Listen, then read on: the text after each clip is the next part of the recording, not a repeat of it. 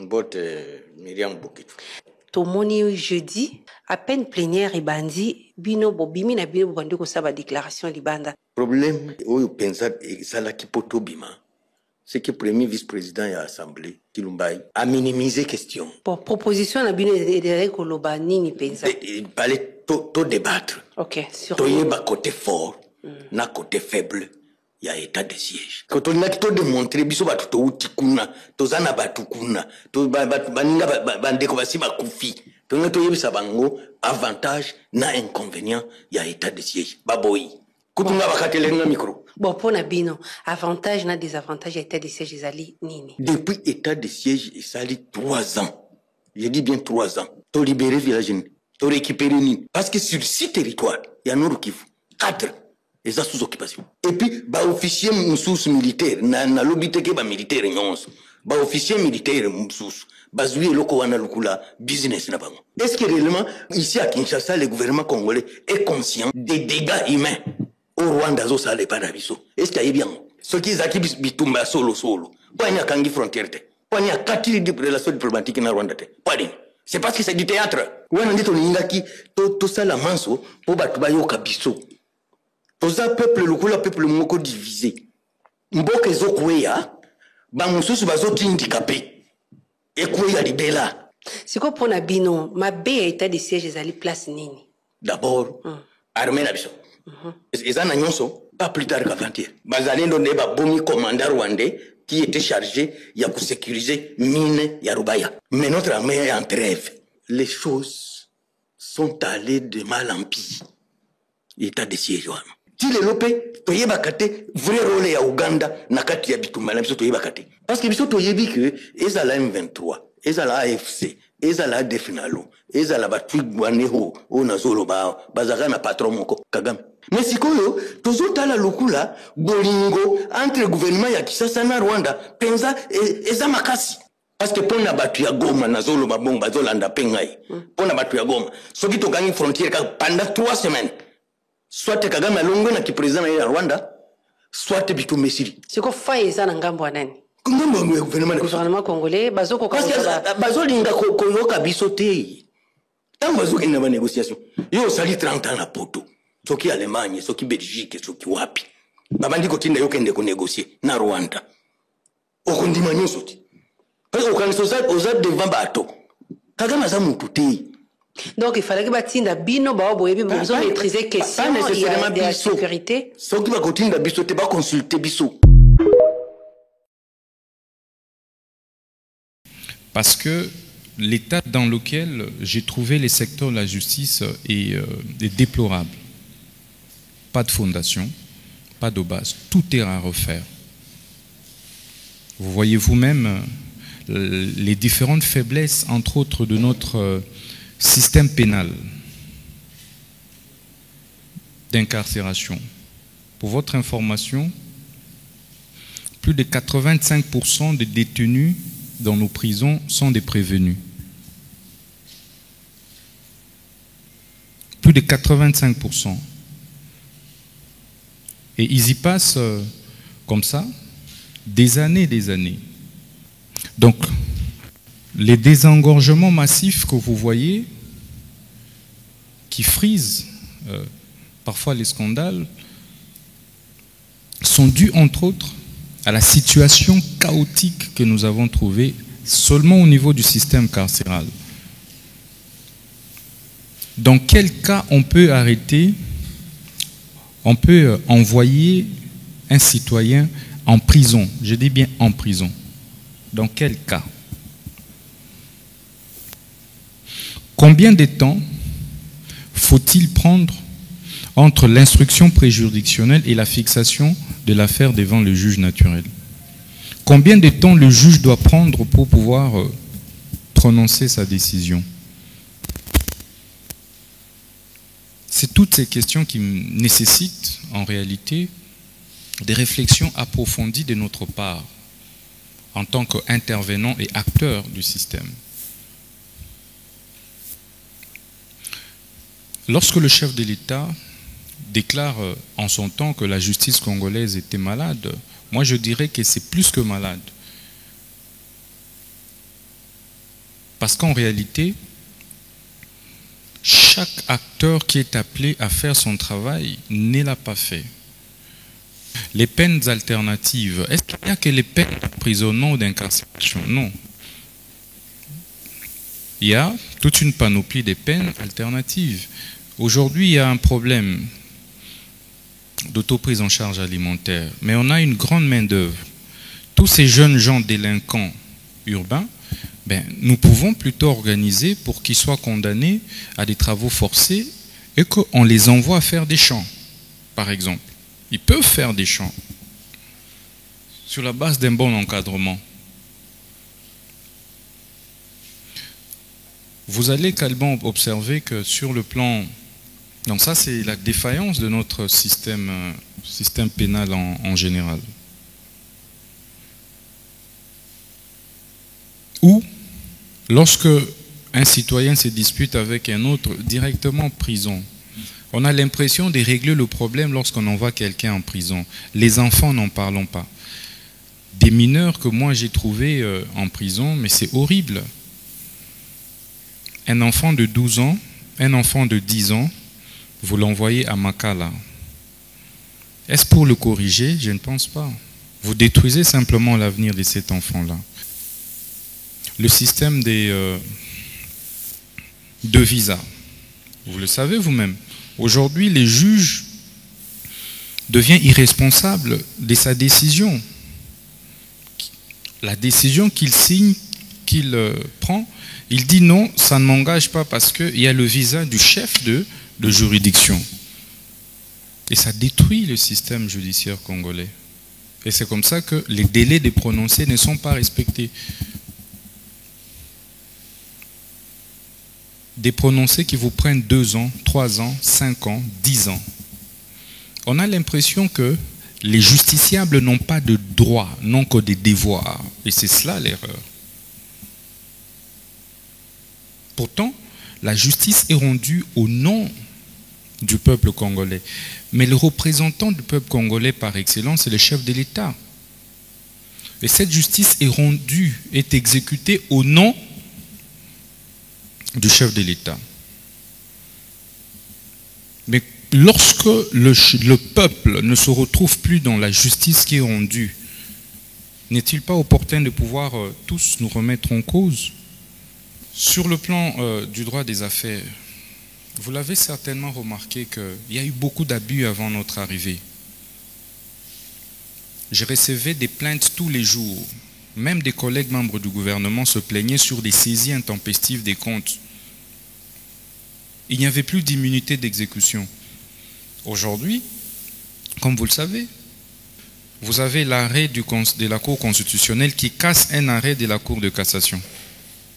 Dans le fond, qui préjuge du fond. Et donc, du coup, le principe de la séparation des juridictions, des fonctions juridictionnelles, les ordres de juridiction, n'existe pas dans la pratique. Le Conseil supérieur de la magistrature, sur le plan maintenant du fonctionnement, le Conseil supérieur, c'est quoi la nature juridique du Conseil supérieur de la magistrature? C'est un flou. Est-ce que la justice appartient à la magistrature seule? C'est des questions de fond que nous devons nous poser. Non. La justice est une question globalisante qui va au-delà de la légalité, la justice. Donc, qui implique tous les acteurs de la société. Est-ce qu'il n'y a pas moyen aujourd'hui que, au-delà de tout, que le Conseil supérieur de la magistrature soit ouvert? Est-ce qu'il n'y a pas moyen de réfléchir froidement sur une réforme? Les lois ne sont pas des tentes dressées pour le sommeil, un peu disait Rouvillois pour les constitutions. Les lois doivent s'adapter aux réalités. On peut réviser une loi autant de fois que possible. Il ne s'agit pas d'une attaque contre un individu. Regardez, est-ce qu'il n'y a pas moyen soit d'insérer le président de la République, comme partout ailleurs, en France, en Belgique, partout ailleurs, il est anormal qu'un ministre de la Justice soit en dehors du Conseil supérieur de la magistrature. Ça n'existe nulle part au monde.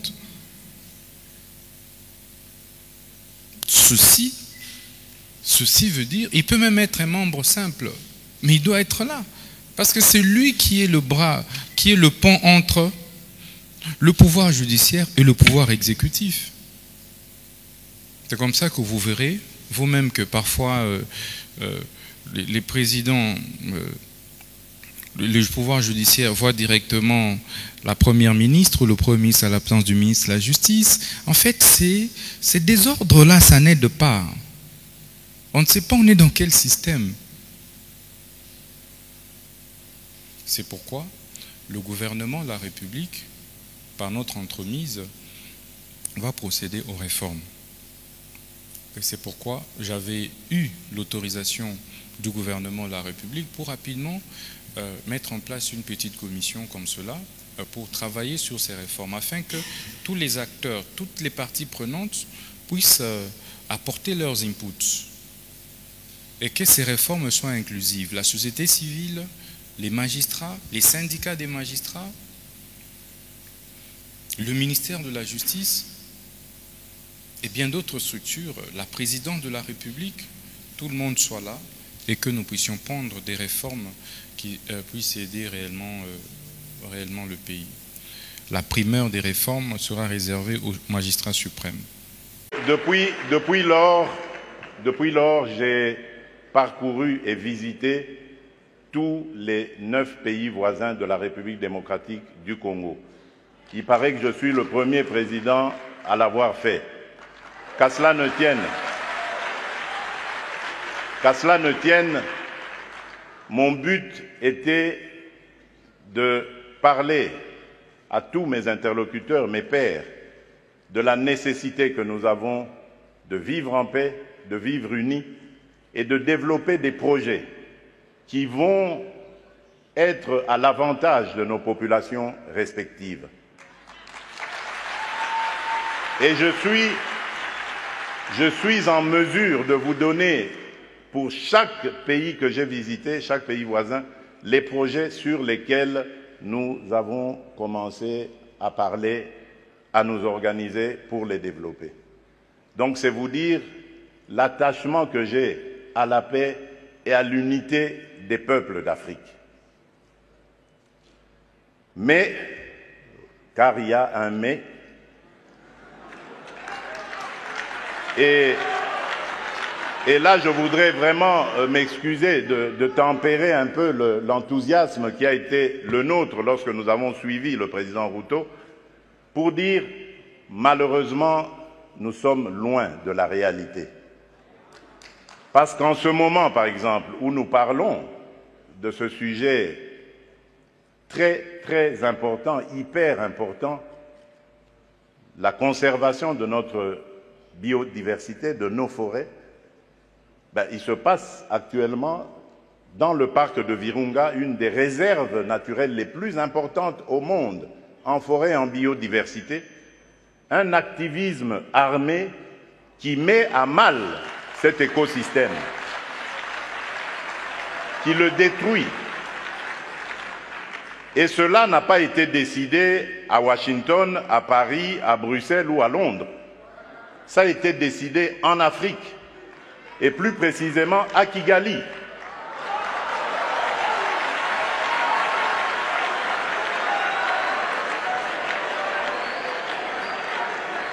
C'est l'œuvre d'un frère africain. C'est pour vous dire que nous devons bannir l'hypocrisie qui est entre nous.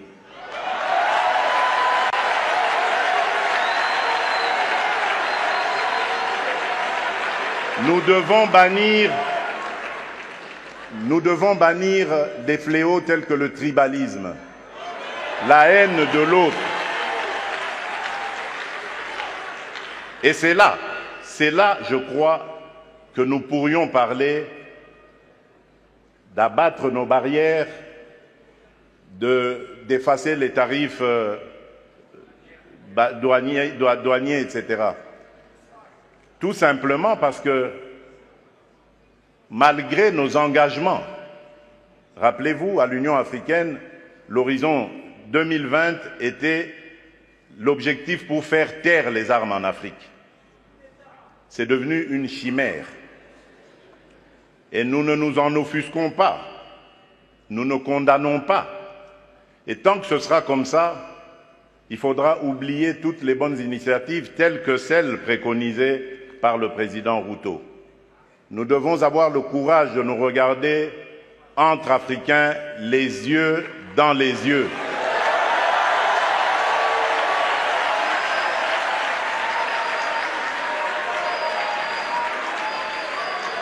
Et nous dire que on ne peut pas s'appeler frère et se poignarder dans le dos en même temps.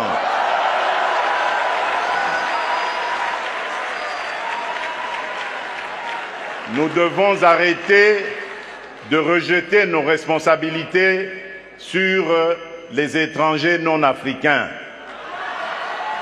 La colonisation, ça fait une soixantaine d'années qu'elle allait terminer en Afrique. Ceux qui nous avaient colonisés, divisés, aujourd'hui ils ont compris le sens de la paix. J'en veux pour preuve la France et l'Allemagne, pour ne citer que ces deux pays, qui étaient les meilleurs ennemis dans le passé et qui sont les meilleurs amis aujourd'hui, le moteur de l'Union européenne. Tant que nous ne réfléchirons pas comme ça, eh bien ces gens-là, ces amis, ces partenaires à qui nous rejetons toujours la faute, ils continueront à nous prendre pour des irresponsables, ils ne nous respecteront jamais.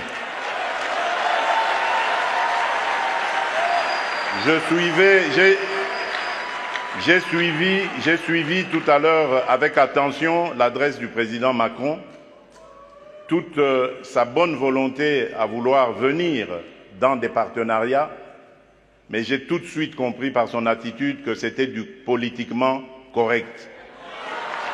Il n'en croyait pas un mot.